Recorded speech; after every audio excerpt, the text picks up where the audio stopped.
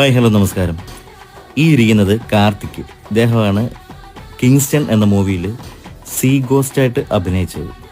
ഇപ്പോൾ ചെയ്യുന്ന പ്രോസസ്സ് ഈ സീ ഗോസ്റ്റിനെ നിർമ്മിച്ചെടുക്കുക എന്നുള്ളൊരു വലിയ ടാസ്ക്കായിരുന്നു. അതിന് വേണ്ടിയിട്ട് ആദ്യമേ അദ്ദേഹത്തിൻ്റെ തല മോൾഡ് ചെയ്യുകയാണ് ചെയ്തത്.